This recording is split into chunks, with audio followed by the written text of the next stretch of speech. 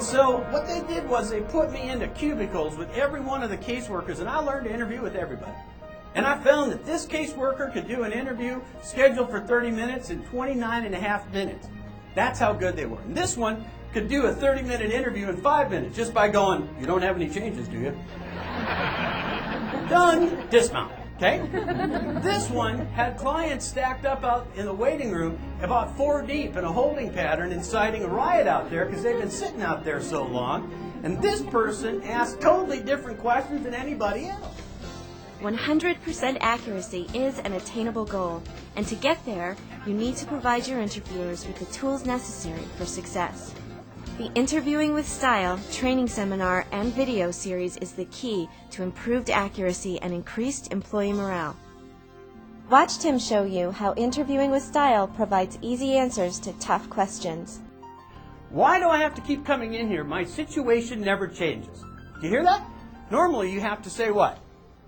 It does change. Just the way it is, pal. Or, we have a procedure. It's policy. Okay? What if you were to say this instead?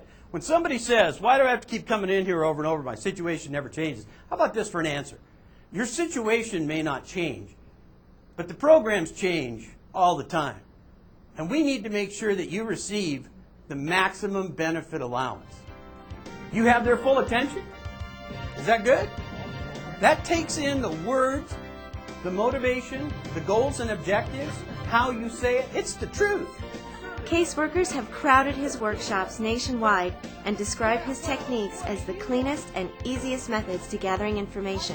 Tim breaks down the often complex task of communication and teaches his audience to understand and apply effective communication controls. And so as we talk about this, it's more an enlightened way to look at some of the things that you know about and to give you some different information so you can do that voodoo you do so well. And maybe shave a few minutes off, get a little bit more information, a little bit tighter information, and about how you can set the stage with language and with how we say things to be able to more effectively do your job. Through the use of neuro-linguistic programming, your staff will enjoy greater job satisfaction knowing that they are using the most advanced interviewing techniques available. It's programming the brain how it acts or reacts. This is neuro-linguistic programming, and it's real. And it's fun, isn't it? It's fun. Could you do this in your meetings? Yeah. Here's kind of an overview about what we're going to talk about today. This is the Reader's Digest condensed version. Number one, the words we say are of critical importance. Mark Twain said the difference between the right word and the almost right word is the difference between lightning and a lightning bug. Big difference. This program was created and is facilitated by Tim Gard, a certified speaking professional. With an extensive background in human services, Tim has worked as an eligibility caseworker, a fraud investigator, and as a Fed with USDA FNS food stamp program. He talks the talk because he has walked the walk. How many of you do food stamps? Food stamps? You ask somebody, "Are you a separate household for food stamp purposes?" They're going to say, "What's that mean?" And you say, "It means you get more food stamps."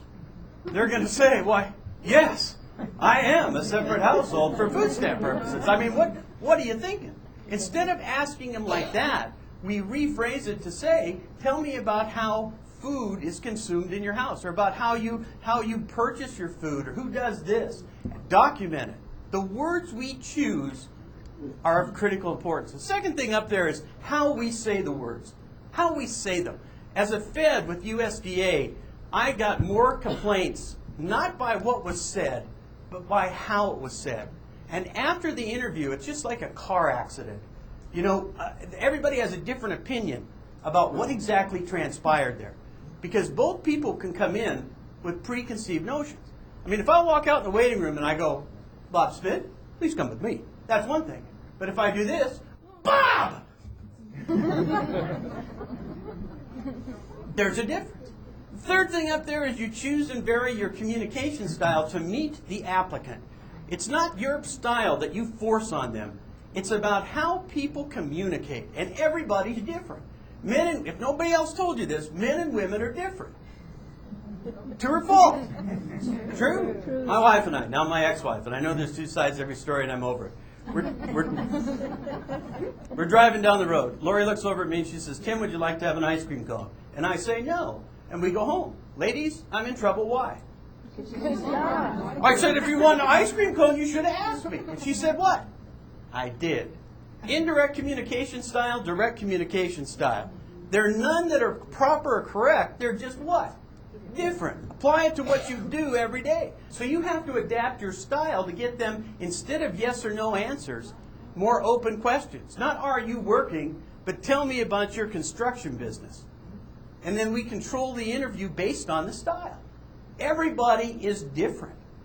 The fourth thing up there is understanding motives, goals, and objectives. Yours and the people that come in and apply.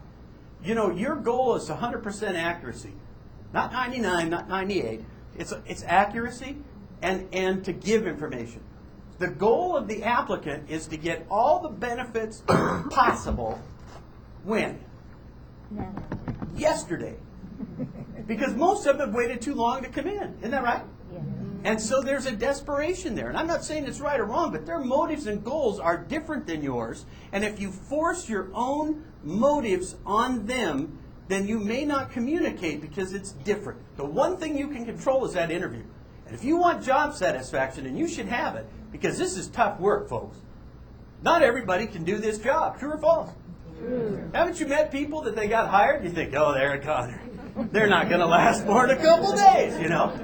That's just the way it is. NLP is a different way of looking at things. It stands for Neuro-Linguistic Programming. This isn't about programming the people that come in and hypnotizing them, but it's an amazing science that really works. For instance, what color is this? Say it out loud. White. Louder. White. Louder. White. What do cows drink? Milk. What do cows drink? Water.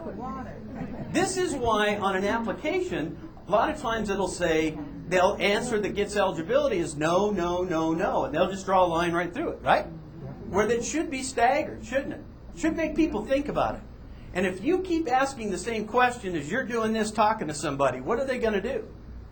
They're going to respond the way they think that you want them to respond. Last one up there is plan of action. So many people just wing it over and over and over. If you don't have a plan of action, what occurs is you start going out and you can find yourself in situations that you didn't plan for. You just never know unless you put your game face on and look over at the person next to you, showtime, and then head out there and get them. Every interview should be like the first one that you've done that day. And you have to refresh and renew. You need to have a plan. Now you can have this fun and innovative training program in your office at your command.